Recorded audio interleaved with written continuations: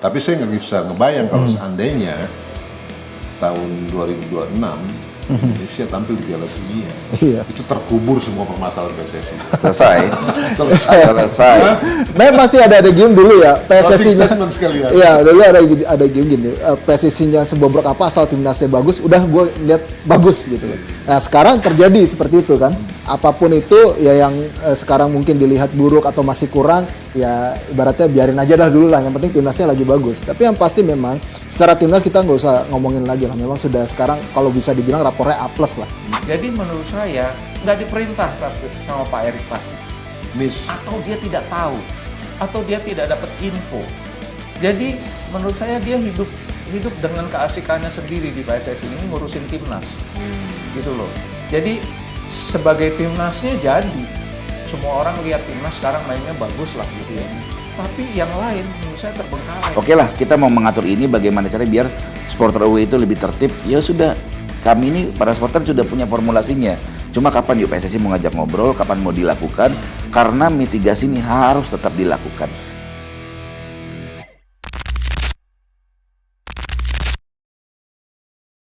Halo Sportifiers, inilah podcast Indonesia Sport Forum. Kali ini topik kami adalah tentang PSSI yang sudah berusia 2 tahun di bawah kepemimpinan Pak Erick Thohir. Kita akan sedikit memberi catatan di era kepengurusan beliau. Sudah hadir di podcast saya Sportify. Yang pertama adalah Bung Joy, lalu juga ada Bung Rais Adnan, dan yang paling muda ini adalah Bung Diki Sumarno, anak The Jack, ketua kelompok supporter The Jack. Bung Joy siapa yang nggak tahu, Adnan juga warawiri dia, komen di mana-mana. Nah, saya ke Bung Rais dulu. PSSI akan 2 tahun per tanggal 16 Februari nanti di bawah kepengurusan Pak Erick Thohir. Tentu kita melihat ada pencapaiannya, ya kan? Luar biasa, respon publik pun sampai berani berkata kalau perlu beliau ketum seumur hidup. Luar biasa loh. Nah, selain pencapaian juga tentu kan yang namanya sesuatu kan ada kekuatan, ada kelemahannya. Nah, ada beberapa isu dalam kepengurusan Pak Erick. Yang besar adalah masalah transformasi. Ya. Nah, catatan Bung Rais jauh ini 2 tahun ini Pak Erick. Yang pertama kita tahu waktu itu pernah sempat Pak Erick tuh ketika terpilih itu ada 8 janji lah yang dia ungkapkan waktu itu ya untuk perbaikan sepak bola Indonesia. Terus pernah ada dalam sebuah wawancara saya dengan Pak Erick, kemudian dia bilang ini tidak mungkin dia akan membereskan ini semua masalah sepak bola Indonesia yang sepelik ini gitu dalam hanya waktu 4 tahun kepengurusan satu periode. Ini mustahil lah. Terus kalaupun bisa 50% aja ini udah bagus. Makanya dia butuh strategi apa yang kira-kira bisa mendongkrak sepak bola nasional. Dia mencari quick win kalau dia bilangnya. Quick win. Dia bilang. Ya, ini yang akhirnya menjadi pilihan dia yang menjadi quick win adalah timnas. Makanya lokomotif untuk bisa mendorong prestasi sepak bola nasional. Makanya sekarang kan kita tahu bagaimana jor-jorannya PSSI terhadap timnas Indonesia, baik itu di level senior maupun hingga level junior sebenarnya. Kita tahu penanganannya sekarang lebih profesional. Sekarang tidak ada lagi keluhan soal jersey misalnya gitu loh. Secara pengelolaan komersialnya juga dibenahi gitu loh. Plus juga soal perekrutan pemain-pemain untuk meningkatkan prestasi kita secara cepat. Ini kan harusnya sebenarnya mungkin nanti akan kaitannya dengan pembinaan ya, pasti akan bersinggungan ya.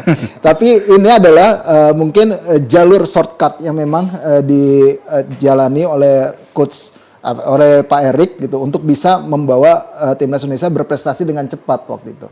Banyak sekali pemain naturalisasi didatangkan dan naturalisasinya berbeda dengan naturalisasi sebelumnya ya.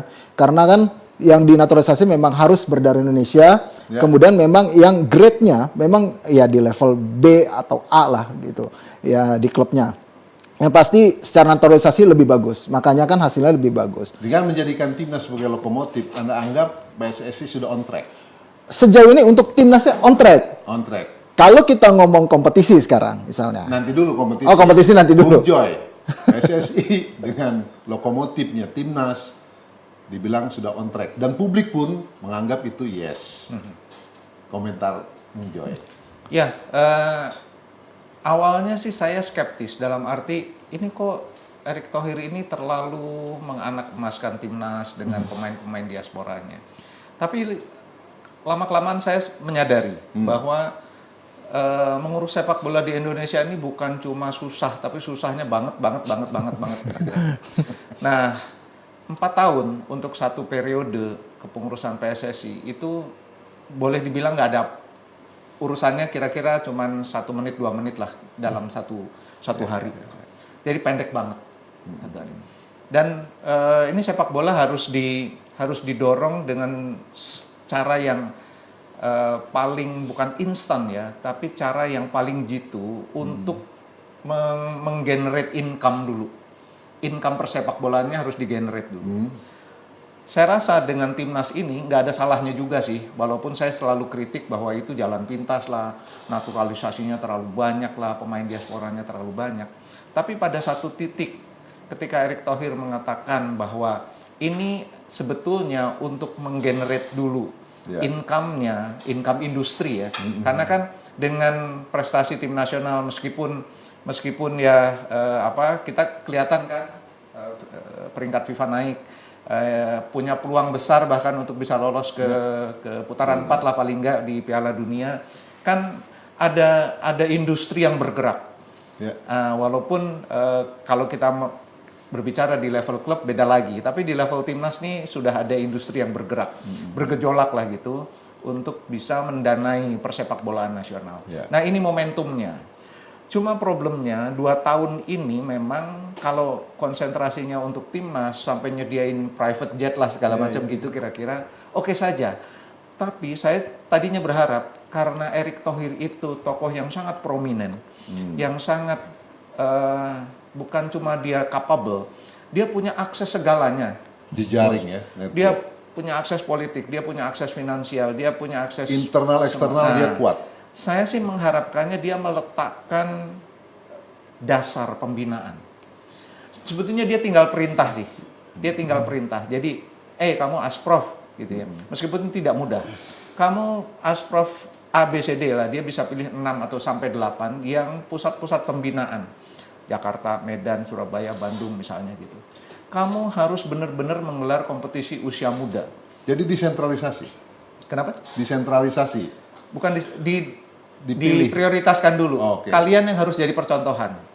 Pembinaan usia muda, kompetisi usia muda mulai dari, karena kalau kita lihat jalurnya roadmap-nya FIFA dan AFC kan 10, 12, 16. Itu harus ada. Kalau lu mau punya timnas senior yang sangat kuat di Asia tuh kamu harus bikin usia 10, 12, 14. Bukan yang model EPA. Model EPA untuk akselerasi silahkan saja, tapi bukan model EPA. Dia sebetulnya hanya tinggal perintah. Duitnya dari mana dipikir belakangan. Itu pembinaan ya.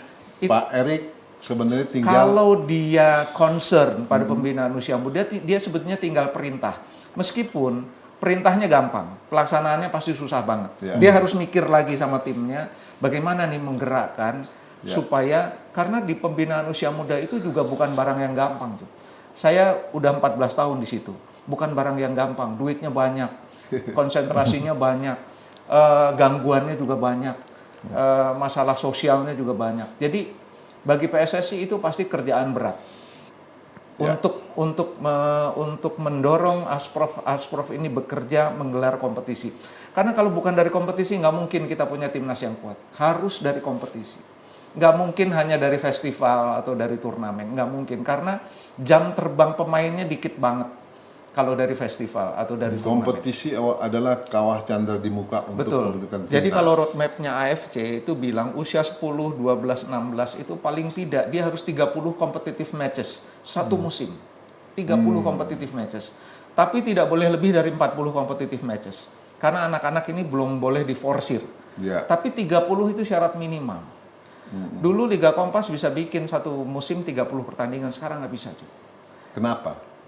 Masalah finansial. Oh, finansial. Nggak mungkin. Saya harus keluar 1,5 M satu musim untuk 30 pertandingan satu klub, satu SSB.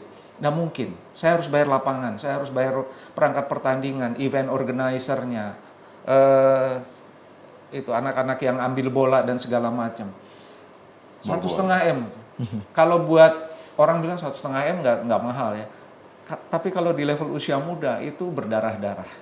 Nah ini bagaimana ini? Karena dia kan kalau Ini korelasinya dengan kekuatan sponsorship ya.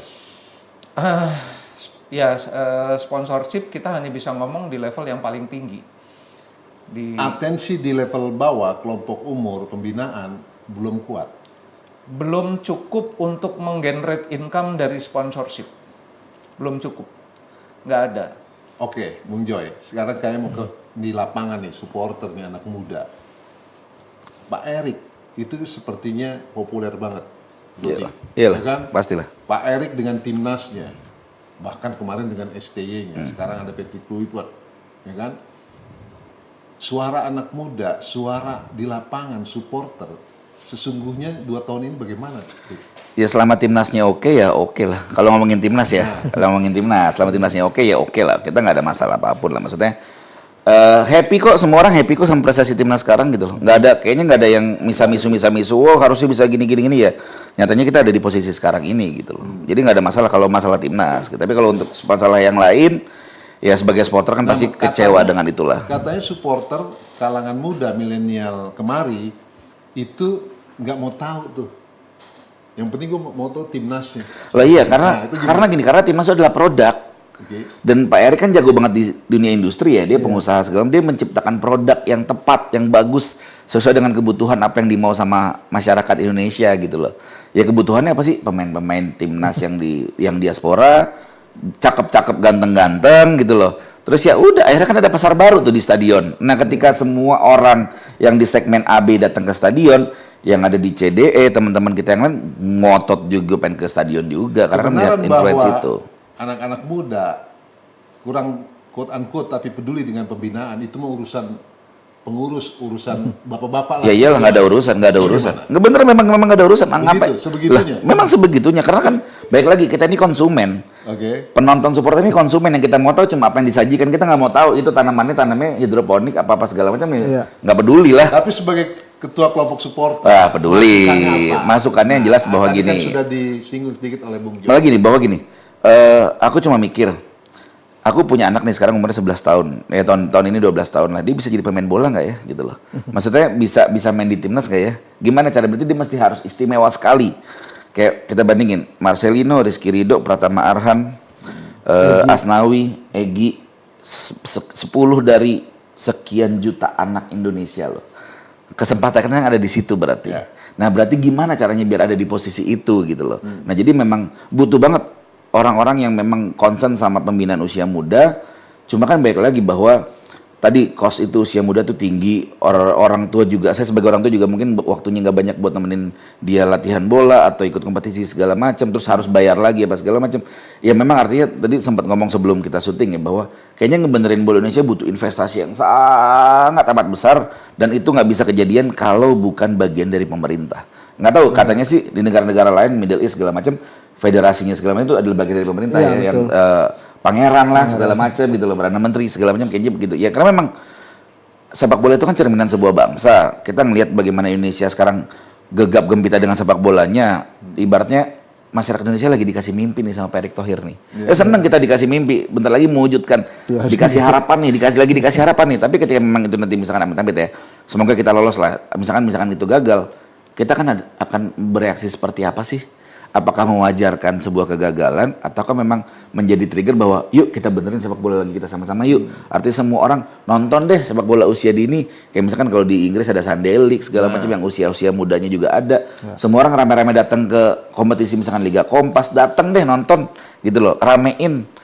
Apakah kita akan bersepakat seperti itu nih masyarakat Indonesia, atau ya udah ayo berarti kita mesti ambil pemain diaspora yang lebih bagus lagi dibanding yang kemarin. Nah itu kan balik lagi ke masyarakat nanti seperti apa. Tapi yang terjadi saat ini bahwa kemudian penonton liga berkurang. Oh pasti, pasti itu.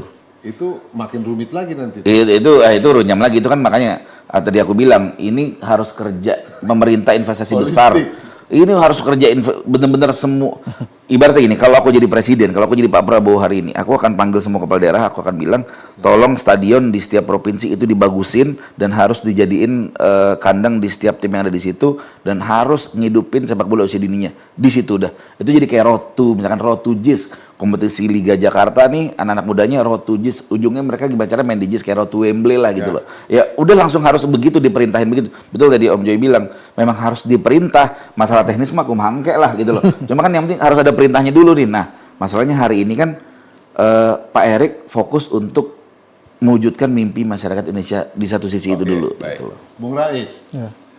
ada kesan begini bahwa PSSI sebenarnya bukan tidak menyadari semuanya itu. Ya. Saya juga mengamati, sebenarnya tahu mereka orang-orang pintar. Iya. Banyak orang bolanya di situ. Betul. A to Z adalah di situ, ya kan? Dari barisan pengurus manapun lah. Mereka bukan tidak menyadari, tetapi masih ada kebingungan, masih ada bukan keraguan ya, confused di publik ini, bahwa memang yang dikedepankan timnas dulu, yes, tetapi pembinaan, kompetisi ini masih kacau nih. Ya, kalau melihat sekarang PSSI Kita ke pembinaan dulu, Pak. Ya, pembinaan ya. Sekarang gini, PSSI itu sebenarnya yang saya lihat sebenarnya ada program-program, cuma tidak terpublikasi secara masif memang. Ada program-program pengembangan yang mereka lakukan. Yang pertama soal pengembangan wasit misalnya. Wasit ini mereka sudah mendatangkan Yoshimi Ogawa, kita tahu dari Jepang. Kemudian ada Pratap Singh juga sebagai Kepala Departemen Wasit. Ini untuk membenahi penilaian wasit. Jadi untuk penugasan itu harus ACC mereka. Dan yang namanya kalau sudah orang asing ini kan harusnya tidak bisa digoyang ya, ibaratnya gitu. Harusnya secara penugasan kalau untuk Liga 1, Liga 2 sejauh ini komplain mungkin minim, harus diakui. Tidak terjadi banyak lagi rusuh segala macam kayak dulu gitu. Termasuk di Liga Nusantara. Tidak banyak lagi rusuh. Tapi di Liga 4-nya ini yang memang ngeri, masih amburadul, ngeri. Kita tahu sekarang banyak sekali kejadian-kejadian ya, ribut, wasitnya selalu jadi kambing hitam gitu. Tapi secara development ini sedang berjalan. Wasit juga terus diregenerasi ya. Dan proses punishment-nya pun punishment and reward-nya pun juga berjalan setahu saya. Kemudian dari sisi pelatih. Pelatih ini sekarang juga ingin dicetak sama PSSI itu ngejar target ya, karena mereka sudah punya otoritas juga dari AFC itu cuma berapa negara yang dapat dan PSSI salah satunya untuk bisa menyelenggarakan kursus sendiri di level AFC Pro sampai yang level terendah D.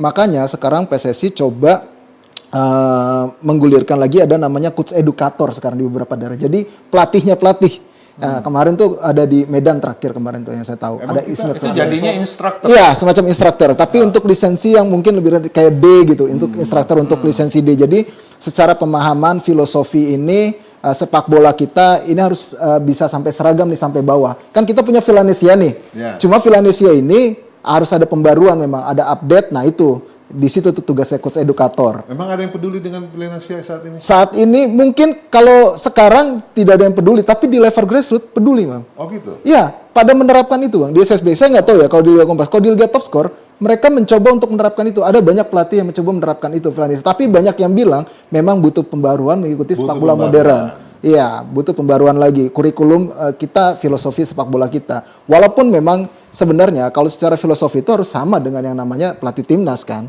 Harusnya sama kan. Biar nyambung. Iya, biar nyambung. Dan itu tugas Dirtek juga sebenarnya kan. Tugas Dirtek, dan itu tidak mudah gitu. Untuk bisa, yang kita nikmati juga itu harus tidak bisa cepat. 5 sampai 10 tahun. Tentang pembinaan yang tadi sudah diberikan catatan oleh Bung Joy dan juga Diki. Anda melihat bagaimana? Pembinaan sekarang kalau melihat dari kompetisi EPA ya, Elite Pro Academy. Dulu kita tahu Elite Pro Academy itu main bisa sehari 2 kali, bisa hari ini main, besok main, dan cuma jangka waktu 3 bulan. Sekarang untuk EPA 16, 18, dan 20 yang diselenggarakan sama PT LIB, jauh lebih baik. Secara jumlah pertandingan lebih oke. Sekarang kalau total, yang saya lihat ya, untuk di EPA itu, bagi tim yang masuk ke final itu mereka dapat sampai 28 pertandingan. Sampai kalau timnya sampai ke final, karena kan sistemnya tetap sampai ke final ya, bukan satu kompetisi penuh lah. Yang jelas sejauh ini menjadi lebih baik lah. Tapi di Piala Suratin ini nih, tidak semuanya juga bisa menggelar dengan baik asprof gitu loh. Nah ini pembinaan ini kan yang menjadi masalah kan. Di Piala Suratin ini cuma sekedar ya yang bisa ikut cuma 5 tim. Ini tergantung dari kondisi situasi daerahnya masing-masing. Karena memang berat Bang. Terutama saya kemarin U13 ke Polewali Mandar di Sulawesi Barat. Itu yang ikut tidak banyak. Dan memang mereka ya terkendala finansial. Itu kan 6 jam dari Makassar ya. Padahal Polewali Mandar itu ada beberapa pemain juga lah yang ibaratnya pernah di level nasional ya. Mungkin pernah ingat Ardan Aras misalnya gitu ya. Itu mereka ya pernah lah ada di level nasional itu. Tapi ya itu masing-masing daerah punya kendalanya sendiri. Ya kita juga berharap sih memang PSSI itu terus memberikan insentif ya. Karena waktu itu saya pernah ingat waktu kongres terakhir kemarin tuh kalau nggak salah ada insentif sampai 500 juta untuk Asprof. Tapi untuk pengembangan, untuk pembinaan mereka, entah itu nanti wasit, pelatih atau kompetisi, tapi tidak melulu untuk pemain ya. Tidak melulu untuk pemain, tapi memang tidak semua Asprof bisa menjalankan itu dengan Itu sama baik. rata tuh semuanya dapat Ya, 500. ya, karena programnya itu. Asprof. Ya, kan sudah ada MOU dengan Permendagri di kongres terakhir itu, Permendagri untuk terkait dengan dana bisa APBD. Ya. Waktu itu kan sempat ada lah kayak gitu. Jadi sudah dicoba sama Pak Erik dengan segala macam linknya untuk membantu Asprof sebenarnya. Tinggal Asprofnya mau atau enggak. Masalahnya sekarang ada beberapa Asprof itu yang masih pengurusannya belum definitif. PLT aja terus. Nah ini yang sebenarnya juga menjadi salah satu mungkin bukan rapor hijau ya. Kalau kita bilang masih rapornya masih merah lah, masih kuning lah ibaratnya. Untuk terkait pengelolaan dari Asprof itu sendiri. Kalau yang rapornya masih merah udah jangan dikasih lagi. Enggak, tapi Iya. 500 juta itu kan juga kecil. Kecil, ya memang nggak Kita gede. ngomong Jakarta gede, kalau kita ngomong Jakarta gede, karena Jakartanya kecil. Tapi kalau di daerah-daerah di Papua anggaplah, misalnya. nggak usah ngomong Papua, Sumatera, daerah Sumatera dulu deh yang jaraknya kemana-mana itu kan. Transportnya kan setiap kota udah ke sini 3 jam, 2 jam. Satu tim kan bisa berapa orang, Om? Nyewa bisnya segala macam. Tapi seenggaknya ada stimulus lah memang. Stimulus untuk si Asprof itu mau bekerja. Kan intinya itu. Mudah-mudahan si Asprof bisa memanfaatkan dana tersebut gitu loh dengan baik. Bukannya malah dimakan sendiri sama 2 tahun pengurusnya. ini jalan terus tuh yang 500 juta. Saya kurang tahu ya, tapi yang pasti memang itu berjalan insentif itu. Ya sebetulnya kayak yang EPA itu kalau Rais bilang udah lebih teratur itu memang benar. Cuma meskipun belum full kompetisi ya, Iya, masih betul. sifatnya masih kayak turnamen gitu. Nggak apa-apa sebagai akselerasi nggak apa-apa. Tapi ke depan itu EPA ini harus meningkat kualitasnya dalam banyak aspek manajemennya dan menuju ke kompetisi yang sebenarnya. Dan kalau catatan saya EPA ini nggak bisa lagi tim seperti Persija lah katakan. Dia main bajak-bajak aja dari SSB. Menurut saya itu nggak sehat buat SSB-nya. Betul. Sebagai Persijanya EPA 16, 18, 20 kelihatannya mentereng. Tapi dia nggak bina apa-apa sebetulnya si Persija ini sebagai institusi. Yang membina itu SSB. Nah SSB ini yang berdarah-darah, mereka nggak dapat insentif apa-apa. Ini yang menurut saya nggak adil. Itu di rules berarti kan, Om. Iya. Harus ada rules-nya sebenarnya kan. Maksudnya kalau oke lah misalkan Persija punya SSB sendiri nih, sekarang kan Persija Soccer School punya, Persija Academy punya. Cuma kan memang mungkin nih kiper saya nggak punya yang bagus nih Persija nih. Ambillah dari SSB mana. Sebetulnya nggak perlu punya SSB sendiri. Kayak saya lihat Real Madrid misalnya, dia itu punya 16 SSB binaan lah gitu kira-kira. Tapi dia ngasih akses pelatihan, dia ada sedikit akses finansial dikasih juga. Saya berharap Persib yang punya EPA itu juga udah membuka ruang untuk kayak jadi anak angkat. Gitu loh. Jadi SSB ini dia merasa bahwa kalau gue bina anak-anak, gue ada benefitnya. Nggak diambil gitu aja sama Persib, diambil gitu aja sama Persija gitu. Dia nggak dapat Ketika apa-apa pemain soalnya. SSB diambil, itu ada kompensasi nggak? Nggak ada. At least buat selanjutnya operasional dia Nggak ada. Karena SSB kan sifatnya tidak mengikat. Kenapa bisa nggak ada, Om? Iya. Kenapa bisa nggak ada? Karena nggak ada aturannya. Karena Tapi ada aturan, kan? SSB juga pemain itu kan ada yang bayaran. Kalau dia bayaran, kadang gini, ada istilah gini. Kalau di SSB itu kan kita bayaran ya. Kalau kita pindah, ya kita nggak wajib dong kasih duit ke SSB-nya. Ada anggapan seperti itu.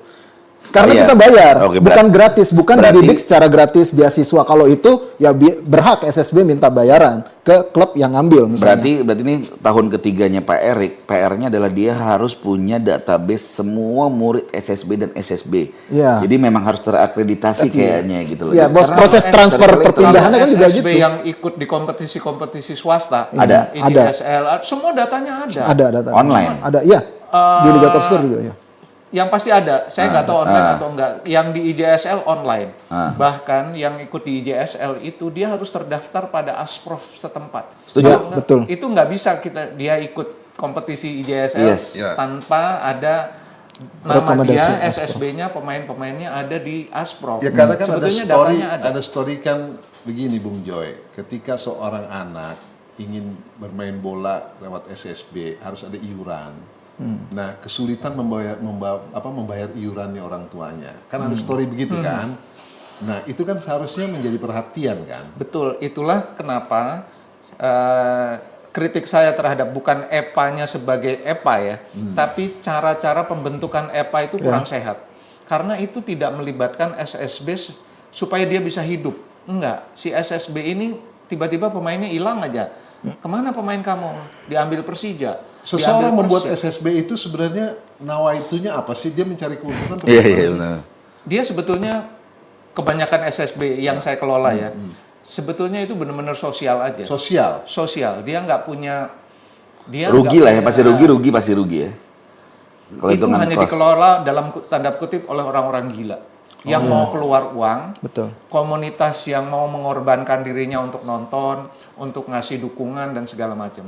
Jadi infrastruktur di bawah persepak bola nasional itu masih kayak gitu, Bang Yusuf. Ya, Sehingga seperti Diki bilang ada atensi PSSI sampai ke SSB. justru itu lewat EPA sebetulnya bisa dibikin lebih sehat lagi sepanjang nih Erick Thohir yang saya pikir ya. Ya, ini masukan ya. Nah, Masukan, dia ya. memberikan EPA silahkan jalan terus, modelnya masih boleh begini, tapi Persija kalau kamu ambil dari SSB A B C D lu harus bina itu.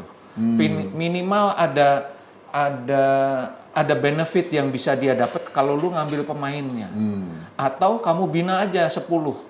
SSB terbaik kamu pilih supaya SSB yang jumlahnya ratusan ini bisa bersaing untuk bisa dipilih oleh Persija pemain-pemainnya. Nah, itu yang nanti ini akan makin sehat. Jadi ada trickle down effect Ya. dari apa ya industri sepak bola secara umum yang dinikmati sekarang oleh Persija walaupun belum terlalu besar ya, oleh Persib, oleh klub-klub besar itu mengucur ke bawah ke SSB itu membuat pemain-pemain atau pengurus SSB bilang, "Wah, kalau pemain gua 2 diambil Persija, nama gua naik Betul. nih. Bisa masang lah banner lah di apa gitu. Iya. Aku dapat ada uang pembinaan lah dari Persija karena kamu kan bina si A gitu.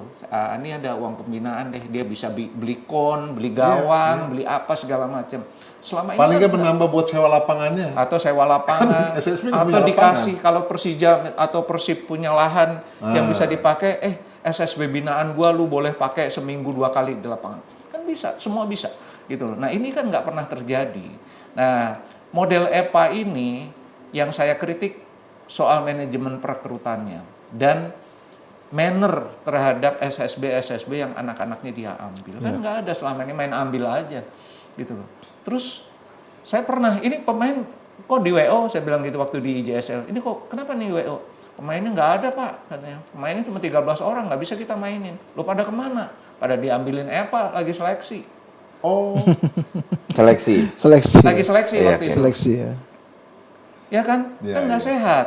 Iya. Gitu loh. Jadi dia secara EPA kelihatan mentereng, ada kompetisinya 16, 18, 20.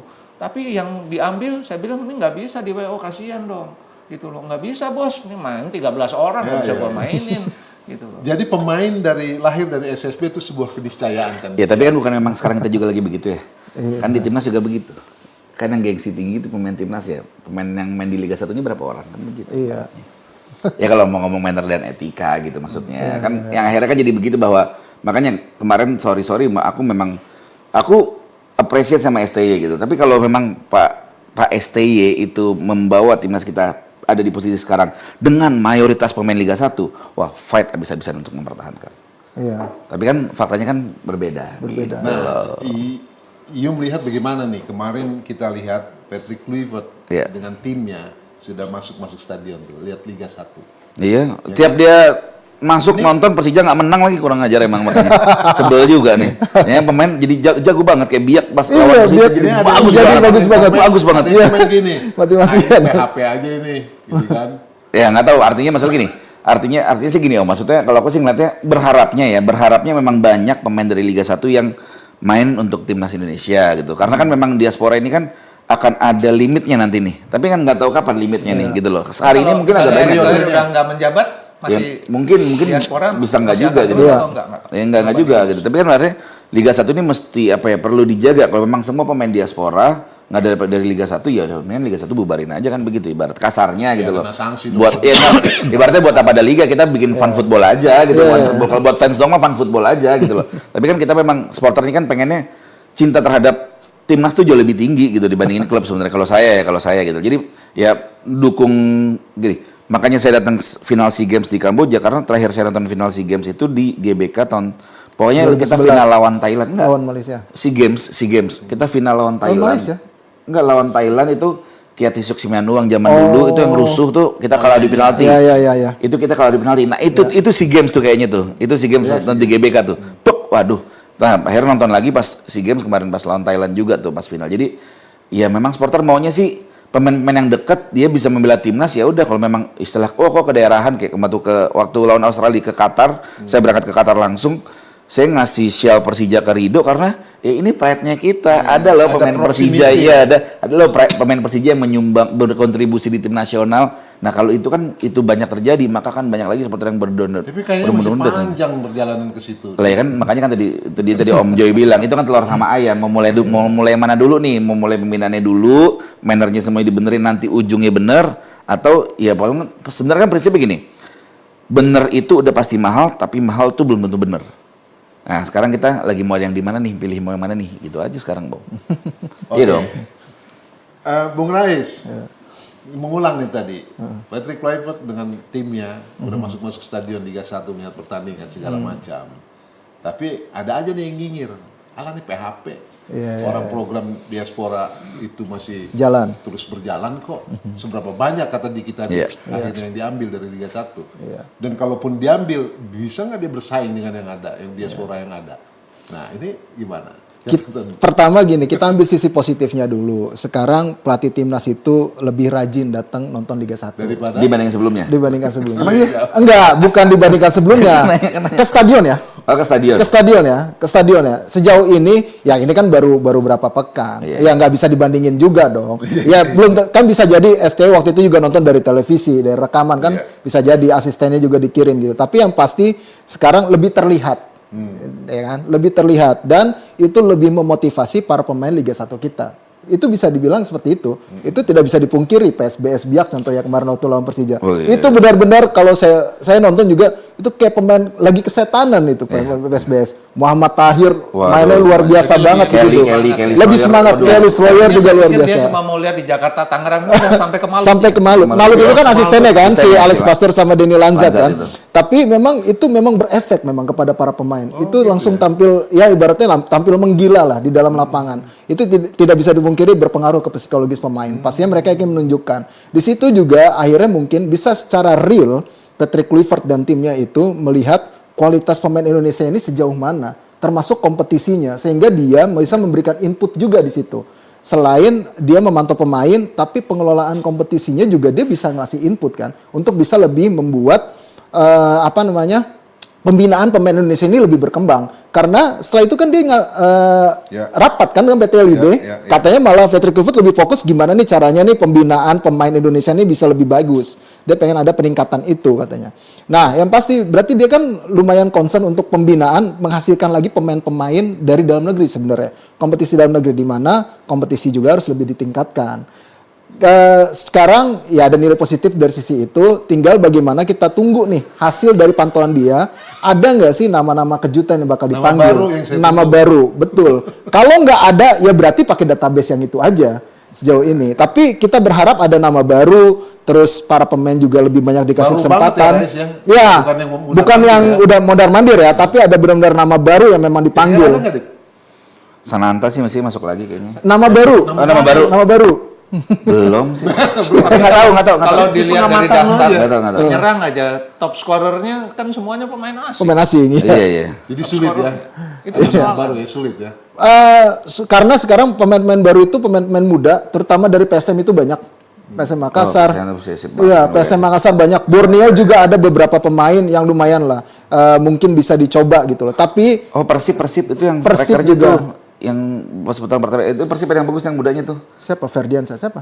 Yang pas golin ke gawang Persija putaran pertama kemarin kan 2-0 tuh. Yang pertama kan si itu yang gol keduanya Persib, nah itu bagus tuh. Rian Striker Kurnia. mudanya. Rian Kurnia ya? Rian Kurnia yang dari Iya, Rian Kurnia. Belum pernah kan ya? Belum. Itu oke tuh, Iya, itu lumayan bisa Oke tuh, mungkin oke bisa tuh, menjadi oke tuh. opsi. Tapi memang kita berharap ada nama baru yang dipanggil seperti waktu ST datang ke sini. Kan kagak ada yang juga Pratama Arhan, terus si Rizky Ridho di up, Marcelino di ijon dalam tanda kutip. Nah, ini kita berharap Enaknya begitu ya. ya muncul seperti itu sehingga makin semangat nih pemain-pemain termasuk juga yang di pembinaan. Makin semangat nih, ada harapan gitu. Kita sih berharap itu. Oke, baik. Bung Joy, ini menutup tentang pembinaan karena Bung Joy concern memang di situ selama ini dengan Liga Kompasnya. Jepang tahun 70-an itu kan nothing, belum apa-apa dibanding kita juga. Bahkan dia pernah belajar menggulir kompetisi kemari Galatama. Nah, tetapi sekarang dia menjadi raja di Asia. Nah, itu kabarnya karena dia konsisten, persistensinya, disiplin menjalankan roadmap-nya. Nah, Indonesia punya masalah di situ, disiplin, ketekunan, dan juga konsistensi. Nah, Anda kasih masukan apa di 2 tahun ini untuk selanjutnya, Erick Thohir? Gini, Pembinaan. kalau kita lihat Jepang misalnya, memang sebelum tahun 80 bisa Indonesia kalahin Ya, saya berapa baca tentang 70 dia nggak ada apa-apanya. nggak kedengeran. Tapi bahkan Amerika Serikat juga itu mereka punya basis sosial pada pembangunan manusianya memang kuat. Jadi anak-anak Jepang itu sejak umur 4 tahun, 5 tahun itu memang dia udah terbiasa berolahraga, melatih fisiknya. Sehingga ketika manajemennya keolahragaan nasional itu dibenahi, entah lewat sepak bola, entah lewat atletik, modalnya udah ada, Bang. Kita nggak punya. Kita tidak punya modal manusia yang terbiasa hidup dengan dengan sosial keolahragaan karakter yang kuat. building ya. Kita nggak punya lahan. Pemerintah tidak menyediakan lahan terbuka hijau yang cukup untuk anak saya pada umur 5 tahun dia bisa lari-lari di lapangan, nggak ada. Itu jadi problem bangsa. Jadi kalau mau membenahi, Indonesia selalu terlambat dibandingkan bangsa-bangsa yang lain, terutama bangsa yang maju. Ya. Kalau jangan ngomong Eropa lah, ngomong bangsa-bangsa di Asia saja, Indonesia sekarang jam untuk olahraga saja di sekolah kan minim sekali. Oh, iya. Padahal kalau kita mengacu kepada Undang-Undang Keolahragaan Nasional itu ada 3 yang harus diurus pemerintah. Olahraga prestasi, olahraga sekolah, olahraga keluarga. Olahraga keluarga itu olahraga yang di masyarakat. Rekreasi itu, ya termasuk menyediakan lahan terbuka hijau. Nah itu kan enggak, ini undang-undang cuma Ada doang. cuma buku doang, nggak pernah diterapkan. Tidak pernah ada kebijakan pemerintah yang betul-betul mengatur di Kementerian Dalam Negeri misalnya, supaya kalau ada developer yang bangun 10 hektar, dia harus nyediain 2 hektar untuk lahan terbuka hijau dan fasum fasos. Itu kan nggak pernah terjadi. Nggak pernah anak-anak kita punya lapangan untuk lari-lari, untuk kalau ada lapangan terbuka hijau, ada lintasan atletiknya. Itu kalau di Cina kita kanan kiri atas bawah itu kita ngelihat semua hal kayak gitu. Kalau ada 10.000 anak-anak berada di situ, mungkin ada 1.000 yang bisa jadi atlet. Mungkin ada 10 dari 1.000 itu ada 10 yang bisa jadi Untuk berbagai pemain cabang bola ya. dengan modal yang udah kuat.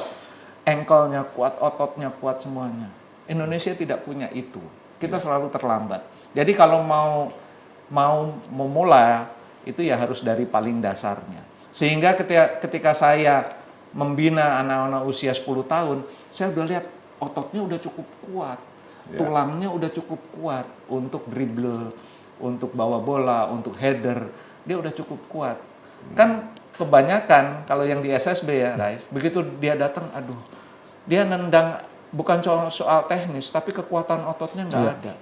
Dia harus bina lagi, harus ngomong lagi, kamu harus makan protein ini. Nah itu dasar itu Indonesia nggak punya.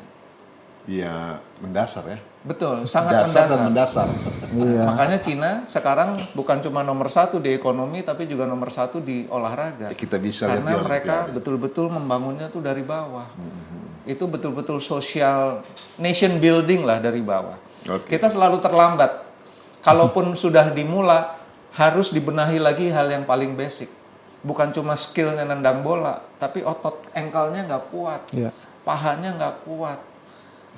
Gaya hidupnya nggak sama seperti anak-anak Jepang. Sehingga anak-anak mempengaruhi ketika tampil endurance-nya segala macam. endurance, VO2 max itu udah advance. Iya. Tapi basicnya kita nggak terlalu bagus. Oke, baik. Itu tentang binaan. Nah, Diki ini tentang kompetisi nih. Anda melihat catatannya apa untuk Pak Erick Thohir yang sudah berlangsung 2 tahun ini? Oke, bagi saya VAR itu bukan sebuah prestasi ya, karena VAR itu memang harus. Mahal loh, Dik. Iya, tapi harus Om, itu harus nice to have lah. Iya. Harus gitu, kita memang harus punya itu gitu loh. Bukan sebuah prestasi kalau itu dianggap mahal ya, memang itu harga yang harus dibayar untuk mengurangi hal-hal kejadian-kejadian sebelumnya kan gitu kan. Itu yang pertama, VAR itu memang harus. Efektif nggak? Efektif, sejauh ini di Liga 1 efektif. Oke. Walaupun kadang menyebalkan juga gitu loh.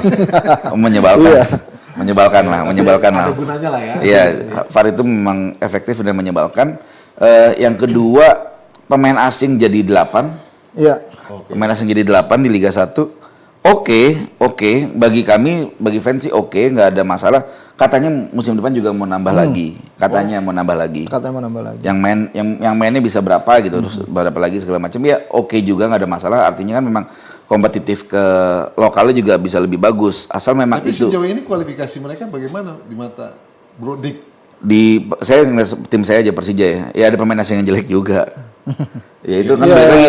Sekelas Persija aja ada. Ya ada. Artinya maksudnya itu kan bagaimana rekrutmennya, bagaimana scoutingnya segala macam kan. Mereka gitu, kalau itu kita bicara ekosistem yang lebih besar lagi itu agak panjang. Tapi yang jelas faktanya ada pemain asing yang kelasnya tidak lebih bagus dibandingin pemain lokal. Betul. Hari Itu ini catatan. itu fakta ya kan. Nah, kompetisi yang ketiga larangan supporter away itu masih berlaku sampai hari ini dan katanya kan 2 tahun. Berarti tahun ini terakhir. Ya. Tapi sampai detik ini belum ada mitigasi atau percobaan untuk musim depan. Saya khawatir, karena saya juga di PNSSI, Presidium Nasional Supporter Sepak Bola Indonesia, saya khawatir ketika musim depan sudah dibuka kerannya, jor-joran, itu akan kaget malah. Jadi memang saran saya sebaiknya mungkin kita masih ada kurang lebih sekarang udah pekan ke-23 ya, 22-23, berarti ada 12 pertandingan lagi. Mungkin di pekan 10 terakhir tuh percobaan mitigasi supporter away itu harus dilakukan. Iya. Bagaimana sistem untuk tandang itu dilakukan. Kita bicara mengenai kejadian tragedi besar di Indonesia, Kanjuruhan, yang memang sebenarnya itu tidak ada supporter away. Kan itu tidak ada bonek yang hadir ya kan? jadi Iya, itu ya kan? Itu tidak ada bonek yang hadir. Tapi bahwa oke lah kita mau mengatur ini bagaimana caranya biar supporter away itu lebih tertib. Ya sudah, kami ini para supporter sudah punya formulasinya. Cuma kapan yuk PSSI mau ngajak ngobrol, kapan mau dilakukan? Karena mitigasi ini harus tetap dilakukan. Biar resehan lagi ya? Bukan sarah, kita udah nggak perlu sarah, kita nggak perlu kumpul-kumpul segala macam udah. Itu nggak perlu. Kita sekarang tinggal, oke, seperti apa contohnya? Gini segala macam, database seperti apa, yang boleh berangkat siapa, distribusi tiket gimana segala macam. Oke, berangkat. Tinggal dicoba aja dulu, mungkin dengan 100, 200, 300 sampai nanti akhirnya sesuai 5% kapasitas stadion di musim depan. Jadi itu ada 3 hal itu yang catatan saya. Nah, yang keempat mungkin kompetisi ini jatuhnya sekarang agak menyebalkan karena berubah-ubah ya formatnya. Musim lalu kan yang Format kita ya? ada 4 besar ya. Iya, sekarang Musim nggak ini ada. jadi full kompetisi penuh, jadi ya sebenarnya maunya gimana sih? Sebenarnya kalaupun dengan 4 besar juga tetap 4 besar pun ya udah jalanin aja dulu sampai 5 ini kita kan kelihatan seperti apa gitu. Karena kalau ada gini, ketika ada sesuatu yang berubah, berarti kan ada sesuatu yang dievaluasi. Nah, ketika ada yang dievaluasi berarti mengakui ada yang salah. Nah, tapi apa yang salah itu? Ya, kan kita publik nggak tahu. Ini banyak sebenarnya kalau aspek kompetisi ya Dik ya. Jadi situ ada wasit, ada steward, ya kan, Ya. keamanan korelasinya, ada kepanitiaan. Nah itu ada catatannya. Kalau buat kompetisi lokal sih nggak ada masalah. Wasit tadi lagi wasit sudah dibantu oleh VAR, kepanitiaan juga ya karena saya fans Persija, saya berharap sih bisa nego-nego masalah jadwal kalau GBK Majlis nggak bisa dipakai karena konser gitu loh. Ya walaupun PSSI udah statement bahwa tidak ada jadwal yang berubah gitu loh. Ya iya, cuma kan ini kita gimana, masa lawan Persib mainnya di Patriot lagi kan kecil stadionnya. So Gitu. transformasi yang digaungkan Nggak tahu. Aku nggak tahu Di transformasi seperti kompetisi. apa. Gini, PSSI menjalankan hal yang harus dijalankan, bukan sesuatu yang untuk perbaikan. Perbaikan itu gini, bukan inovasi baru ya, gitu loh. Ketika memang ada VAR, anggaplah sekarang kita VAR, kalau VAR itu disebut sebuah transformasi, wah itu aku agak kurang setuju. Karena VAR itu memang harus dilakukan Sebelumnya untuk mengobati. Ini penyakitnya tahu nih, nah obatnya cuma VAR udah selesai. Gitu loh, kan ngobatin, kan ngeberesin kan. Tapi kalau bikin maju lagi, ya sekarang kayaknya maaf kayaknya sekarang belum ada seperti itu gitu. Karena mungkin PSSI atau Pak Erik lagi fokus ke timnas. Nggak ada masalah juga. Kita seneng juga gitu loh. Tapi ya kan pemburu tidak akan mendapatkan apa-apa jika mengejar 2 kelinci. Jadi 1 kelinci dulu dikejar, setelah timnasnya beres, mungkin baru kompetisi kan begitu aja udah. Oke, itu tentang kompetisi dari memang kelompok supporter, tuanya langsung, timnya tim besar Persija. Nah sekarang Bung Rais, saya mau bertanya tentang keorganisasian PSSI saat ini. Nah menurut Bung Rais itu mereka sudah padu belum? Sekarang memang terkesan one man show ya, Pak Erik aja yang muncul. Kohesif gitu. Iya, memang exco lain tidak terlalu terlihat ya pembagiannya seperti apa. Komite pun masih kita belum tahu terlalu jelas ya pembagian di antara para exco itu siapa aja yang ada di komite-komite tersebut gitu loh. Yang pasti sekarang kalau secara organisasi internal PSSI ya kalau dibilang solid secara dari luar sih solid sejauh ini. Kalau kita lihat ya dari luar ya kasat mata, kita nggak tahu di dalamnya ada terjadi perdebatan, itu adalah hal yang wajar. Tapi yang terpenting adalah para exco ini juga fokus kepada tugasnya masing-masing. Misal sepak bola wanita, misalnya sekarang Bu Vivin yang diberi tugas gitu loh. Kemudian organisasi siapa, ini harus benar-benar fokus nih. Pembinaan usia muda segala macam ini benar-benar harus fokus terhadap tugas mereka sebagai exco untuk bisa membimbing para member PSSI ini sesuai dengan visinya Pak Erik. Ya kan sekarang kan apa-apa kalau sudah besar ya tetap yang muncul Pak Erik dulu. Nah itu makanya sentralisasi ini bagaimana? Kalau memang ya setahu saya ya sekarang kan sebagai jubirnya justru Bang Arya ya sebagai komite media ya. Memang itu untuk menghindari pembiasan informasi yang pernah terjadi di era-era sebelumnya. Kita tahu banyak sekali yang ngomong esko, ngomong ini. Sekarang tuh satu pintu kan. Kami pun sebagai media, sebagai jurnalis tuh sulit. Kalau misalnya minta komentar, misalnya kita mau coba konfirmasi ke esko A misalnya. Soal isu-isu misalnya yang terjadi di organisasi, di Asprof misalnya. Ya akhirnya ujung-ujungnya ya memang larinya harus dimintanya ke Bang Arya komentarnya gitu. Jadi ya ini sebenarnya ada bagusnya juga. Perlu dipertahankan untuk selanjutnya sampai 2027. Sistem seperti ini. Ya ini kalau ingin menghilangkan riak-riak memang seperti ini ya memang harus dilakukan. Bukannya Tapi bagi sekjen ya? Ya, sekjennya sekarang tugasnya dia dulu sekjen memang. Dulu sekjen, tapi sekarang saya nggak entah ya kebijakannya seperti apa. Sekjen itu cuma disuruh kerja. Oke, Bung Joy, nggak sabar dia. Gimana? Soal apa? Sentralisasi ini. Ya, Apakah perlu dipertahankan sampai nanti? saya melihat Erik memang terlalu one man Powerful. show. Terlalu one man show, mungkin juga yang lain, mungkin juga karena karakternya dia kan dari muda dia leader. Dia strong leader bahkan tersebut. Dia mana ya yang saya sebut tadi, dia yang orang yang sangat prominent. Jadi mungkin dia mungkin nggak percaya, atau yang lain jadi nggak percaya diri juga. Dia tidak melimpahkan tugasnya, tapi yang lain juga jadi nggak percaya diri. Tapi semuanya jadi dikerjain sendiri kalau menurut saya, kalau dari luar ya. Terutama kalau aspeknya soal timnas gitu loh. Saya nggak terlalu yakin apakah dia juga punya visi yang cukup untuk membuat misalnya kompetisi di usia muda berjalan. Visinya gimana? Apakah dia membagi tugasnya? Karena saya pernah dengar sendiri dari seorang esko yang namanya Vivin itu, sekarang PSSI tidak ngurusin lagi pembinaan, kita hanya ngurus soal timnas katanya. Kan, iya. Oh iya. Ya, di Dia awal mengatakan dulu begitu. ya. Jadi kok dia berani mengatakan begitu? Apa itu perintah dari Erick Thohir, atau itu kesepakatan organisasi, atau apa? Karena itu keluar dari mulut esko loh. Saya dengar Pembinaannya sendiri. dikasih ke Asprof gitu Mas Joy. Atau gimana? Jadi kalau menurut saya Erick Thohir ini kan nggak perlu mikir semuanya kalau dia Ya, mikir nggak perlu, timnas. ya. Betul. Mikir aja timnas, udah dia mati bisa-bisa di situ. Tapi dia kan harus mendelegasikan Ya. soal pembinaan usia muda yang jalan ke lapangan siapa, yang melihat Asprof yang cukup punya kapabilitas untuk menggelar kompetisi siapa. Dia kan harus tugasin, karena dia kan sebetulnya kepala Esko. Iya, betul. Dia Ya, kan chiefnya iya, iya. Esko. Iya, iya. Dia nugasin Esko siapalah juga yang dia. ada di situ di Esko itu kan. Saya juga sampai nggak apa namanya, karena nggak pernah muncul juga, nggak pernah ada kelihatan.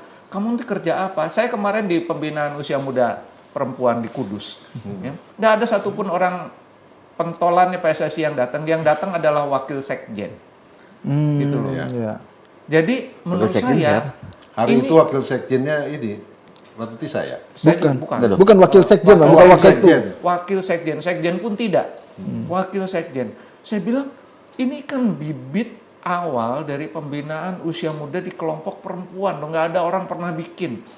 Lu dateng kek ngelihat, kamu bikin apa sih?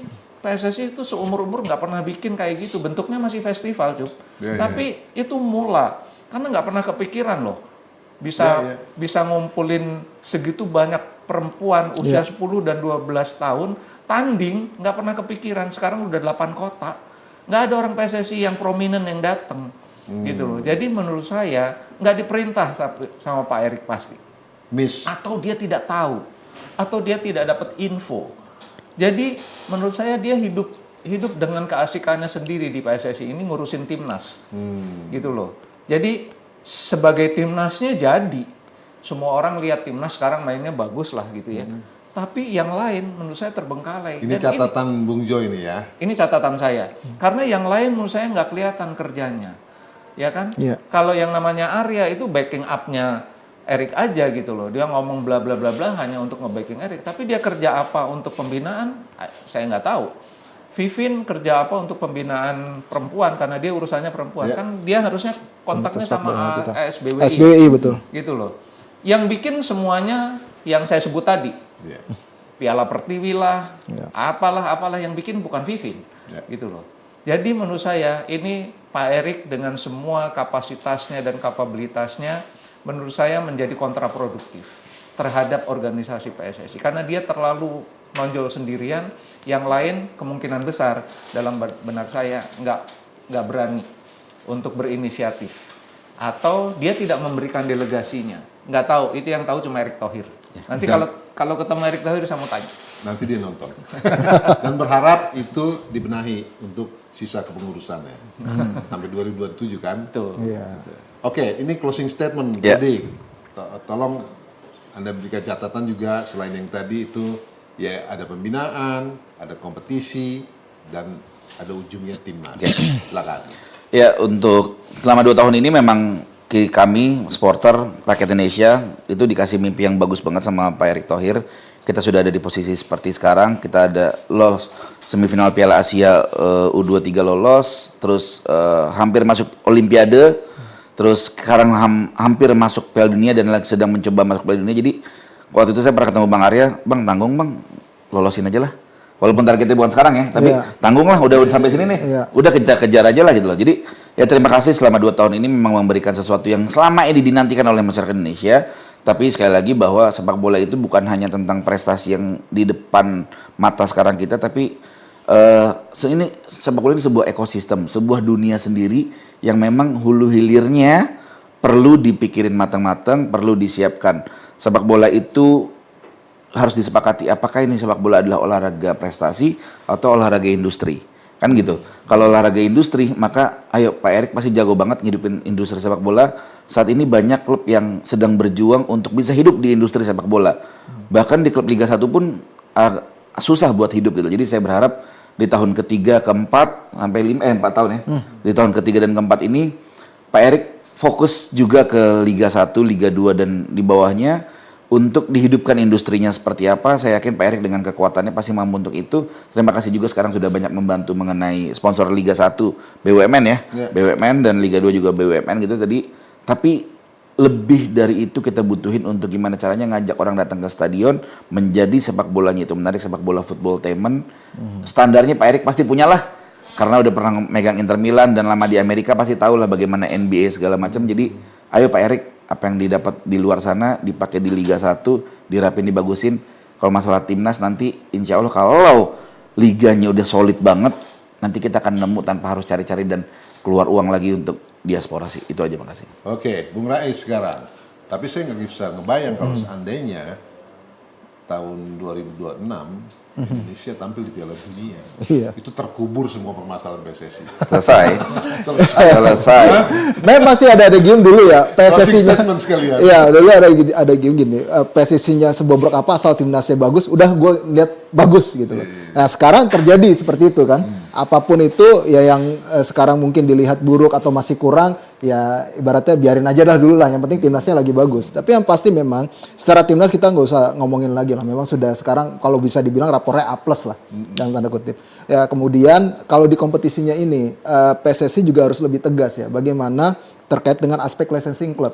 Sekarang ya karena kan ya kita tahu dari aspek itu ada 5. 5 ini yang masih belum terkadang seperti Diki tadi sudah buka ya. Bagaimana klub-klub Liga 1 ini masih susah untuk hidup.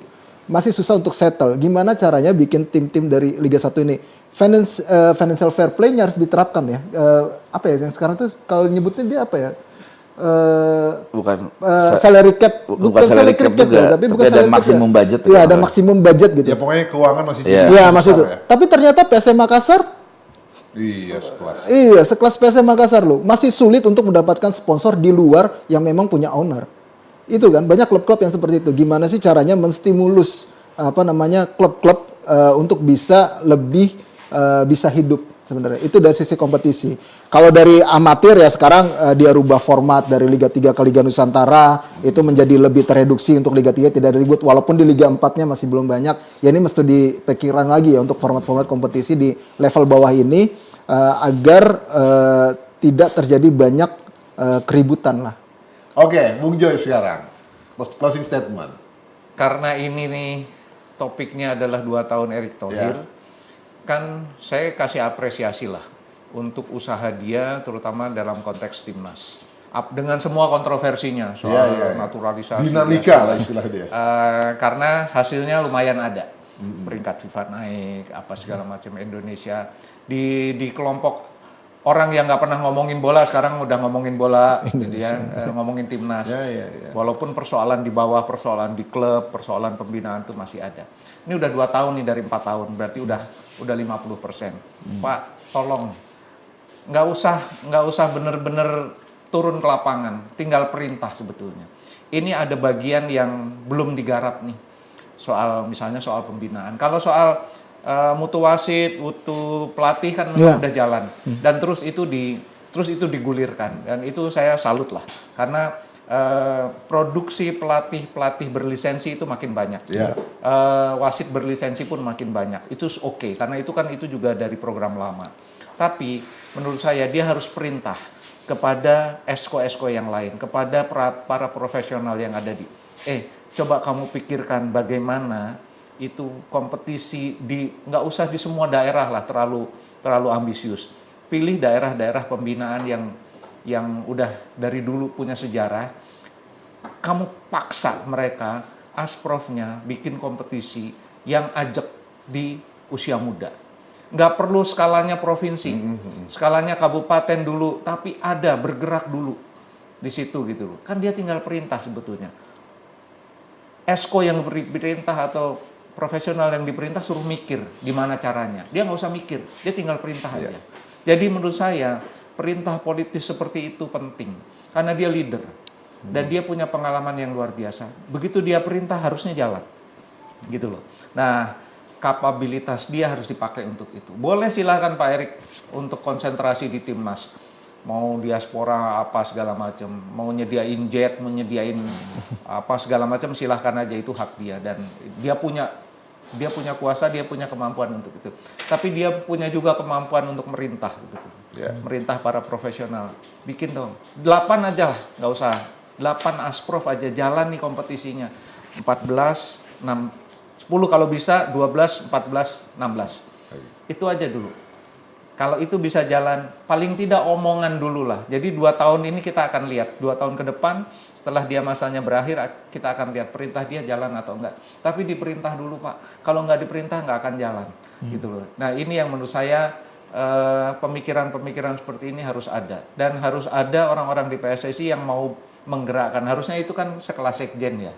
Yang dia kan kalau di organisasi manapun yang namanya sekjen itu kan motor. Vokal, Motor organisasi. Iya dia menggerakkan. Dia menerjemahkan mimpinya ketua umum lalu dia perintah. Sebetulnya perintahnya lewat sekjen. Tapi kalau itu tidak terjadi karena gaya kepemimpinan Eric One Man Show, menurut saya ya dialah perintah sendiri. Dia punya kok kapabilitas untuk itu. Saya kira dia perintah aja udah cukup. Kira-kira gitu.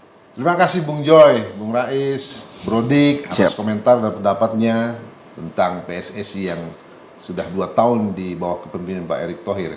Kita berharap ke depan tentunya akan jauh-jauh lebih baik. Apa yang diinginkan oleh publik sepak bola nasional tentang pembinaan, tentang kompetisi, dan timnas, moncer semuanya. Tidak cuma timnasnya, tapi juga pembinaan dibenahi, kompetisi diurus dengan baik. Begitu kan?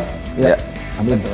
Sampai di sini Sportifier, terima kasih atas atensinya. Kita jumpa lagi di Indonesia Sport Forum berikutnya. Assalamualaikum warahmatullahi wabarakatuh. Waalaikumsalam. Thank you.